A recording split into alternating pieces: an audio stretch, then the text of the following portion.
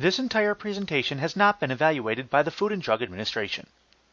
These products have not been evaluated by the Food and Drug Administration. These products are not intended to diagnose, treat, cure, or prevent any disease or condition. Furthermore, I am not a medical professional and I am not dispensing medical advice. You should always consult with your physician before starting on any new supplements, exercise program, or before any dietary changes. If you currently take prescription medications, be sure to consult your physician before starting on any supplements.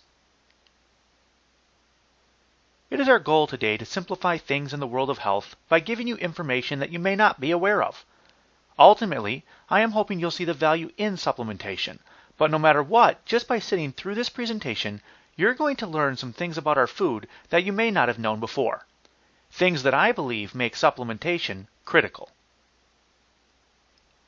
One of the big misunderstandings when it comes to health is that health is simple, when really it's not. You see, most of us base many of our decisions on health on something that may not be a total truth. We are all just taught that all you have to do is eat right? However, many people use something called the recommended dietary allowance to help them make their choices in what constitutes eating right. As a matter of fact, food labels are based off of the RDA, and you would think that if you ate 100% of every nutrient that was on a label, you'd have a relatively healthy life. However, according to the former chair of the RDAs are not recommendations for the ideal diet.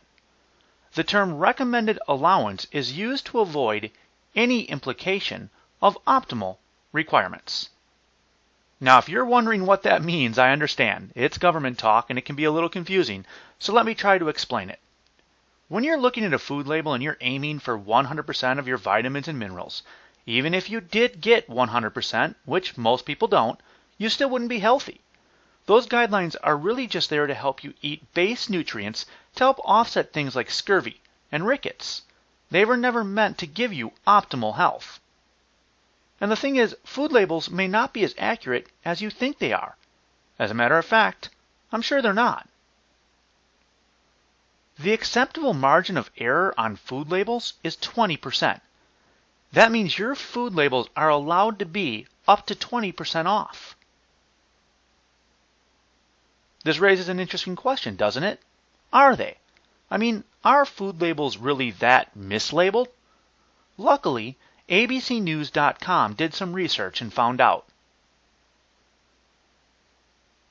On April 7th, 2008, ABC News ran a story. They pulled 12 different foods off the shelf, and all 12 were off by at least one nutrient. The 3 that were over the 20% were Ritz crackers with 36% more sodium, David sunflower seeds with 23% more saturated fat, and then look at the middle one, Wonder Bread with 70% more total fat than was on the label. Wow, 70%. At least now you know where the marketing came from. With that much fat, you have to wonder if it's bread. Things have not gotten much better since 2008. In January of 2013, Good Morning America ran a story where they showed that companies are now committing what they call food fraud. You might pick out a spice, say paprika, and when you're looking at them, you pick out one that's a really bright red color. Turns out that paprika might have dyes they've added to the product, but not added to the label. You might even be buying extra virgin olive oil that is not extra virgin and may not even be olive oil. Turns out some companies are labeling something olive oil and putting in a mixture of oils, including mainly canola oil. Even the way we farm is much different than it used to be. This is a modern-day industrial farm. This is the food that many of us purchase today. That, of course, begs the question, what do these cattle eat? I mean, if we go back, it sure doesn't look like there's a lot of green grass for those cattle out there to graze on. Now, most people are aware that unless it says grass-fed, it probably isn't. And what most people think is that instead, those cattle are fed a diet of grain, that grain being corn. And while it's partially true, it's not the whole truth. To understand the whole truth, you need to understand the great circle of food. You see, what they're going to do is they're going to take that cattle, and obviously they're going to butcher it. All of the prime cuts and meaty cuts are going to go for sale on the market. But what do you do with all the leftover stuff? What do you do with all the scraps and the bone meal?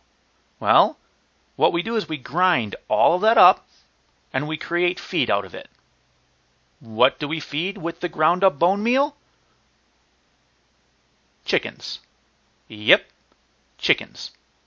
Yuck. Chickens eating a diet of grains mixed up with cow leftover parts. This is certainly not the way it used to be. Those chickens, of course, are going to have waste and excrement. We don't exactly want to dispose of that, do we? No, let's reuse. Let's recycle. How? Filler. Cheap filler.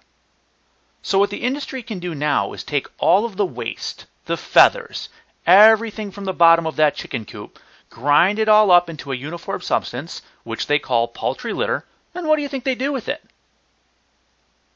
They mix it with the grain and feed it right back to the cattle.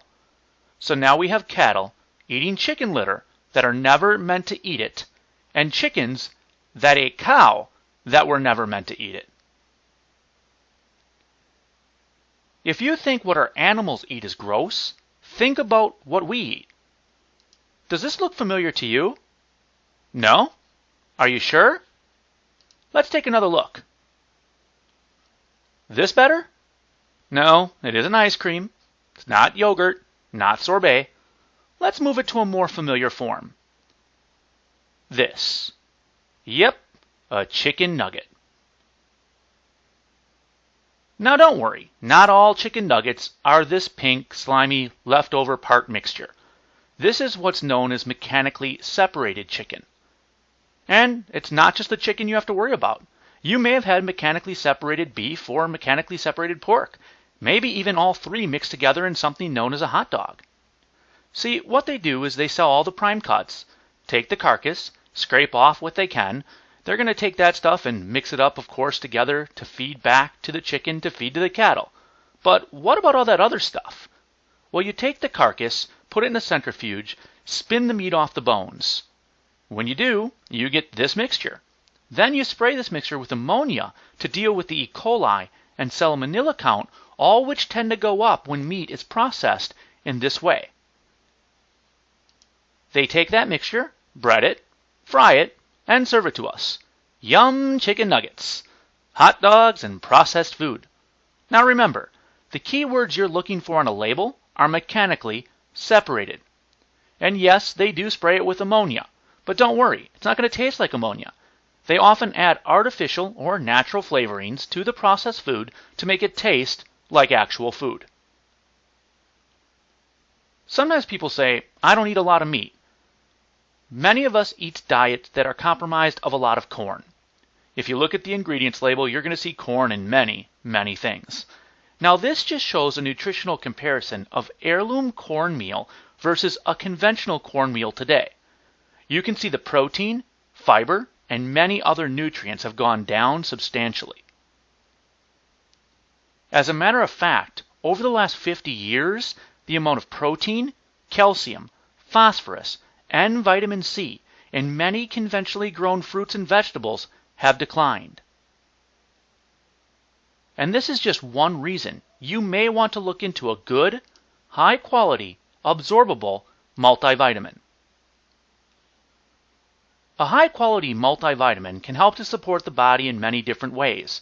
It may promote mental clarity, promote skin health, supports a healthy cardiovascular system, and can promote the conversion of food into energy. I've noticed that many people tend to overeat, and it kind of makes sense. If you eat food that is low in nutrients because it's overly processed or oxidized, and your body needs nutrients, it's realistic to think that your brain will keep telling you to eat until your stomach is full. Then you eat and eat and eat, and your stomach finally sends a signal to the brain that says, stop, I'm full. But an hour later, you're hungry again. How does this happen? It could be because if you don't have the nutrients you need, your body just keeps saying, feed me, feed me. Furthermore, certain prescription or even over-the-counter drugs may affect vitamins. Even something as simple as an antacid can affect things like B12, folic acid, and calcium. Next, I'd like to talk to you about a product called OPC3. OPC3 contains ingredients that are antioxidants.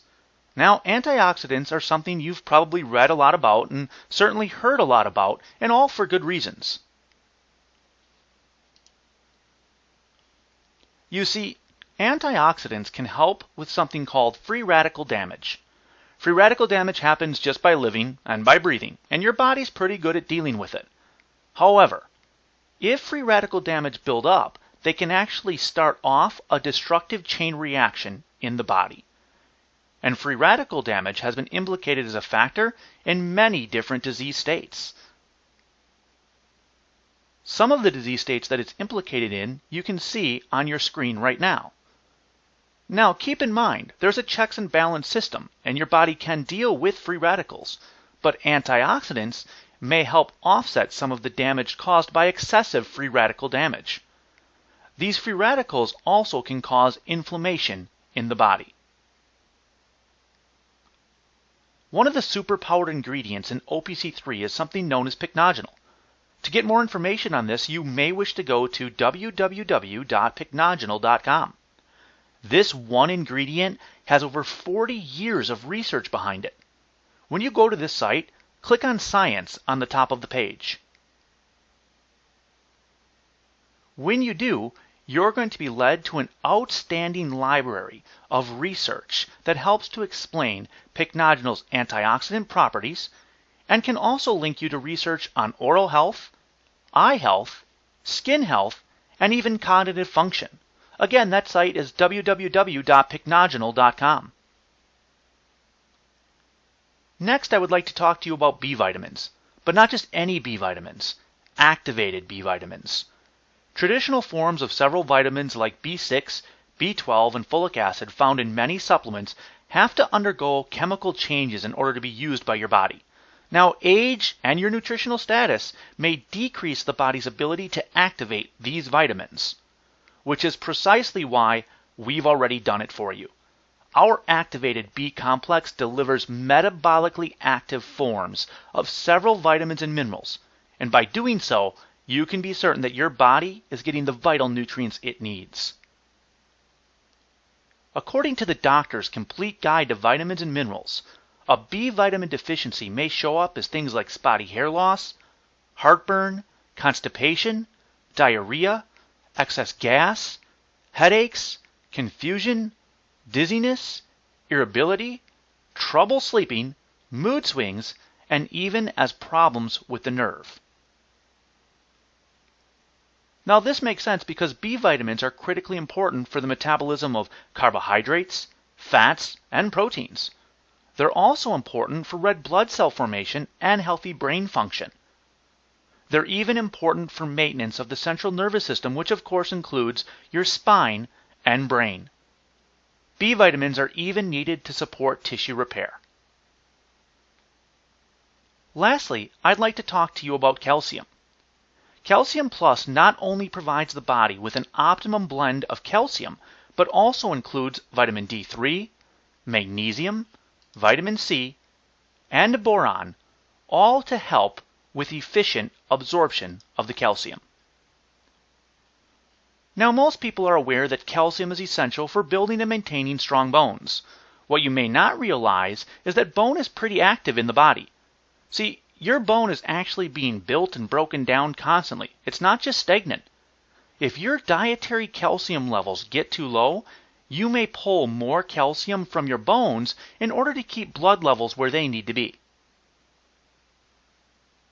Did you know that calcium also serves to help promote normal muscle function? You see, when a muscle cell receives a signal to fire, it responds by allowing a flood of calcium into the cell. If your calcium levels are abnormal, too high, or too low, that process can be interrupted. This can lead to abnormal muscle functioning or even cramping.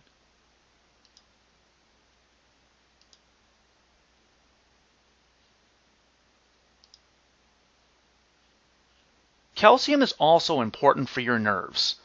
The regulation of the balance of calcium inside and out of the nerve cell is involved in helping to control the flow of sodium in and out. This sodium flow is how nerves conduct signals to and from the brain. So if you have subpar levels of calcium, your nerves may not be properly conducting their signals. Now, you might be thinking, I already take vitamins, or I've taken them in the past. How are your vitamins different? Well, let me explain, because the difference is pretty amazing. Most likely the supplements you've taken or do take are in a pill or capsule form. These pills go into your stomach, where they have to be broken down before they can be passed through an opening in the stomach to the small intestines, where absorption occurs. This digestive process can cause substances to lose some nutritive value because it sits in stomach acid for anywhere between 40 minutes to 4 hours as it breaks down. All 4 of the supplements we talked about today are actually isotonic capable. This means that when taken as directed, they enter the body and can rapidly be absorbed into the bloodstream. Rather than taking 40 minutes or 4 hours, they can be absorbed in just as little as 5 minutes. This rapid absorption and less time in the stomach means less time for the nutrients to break down.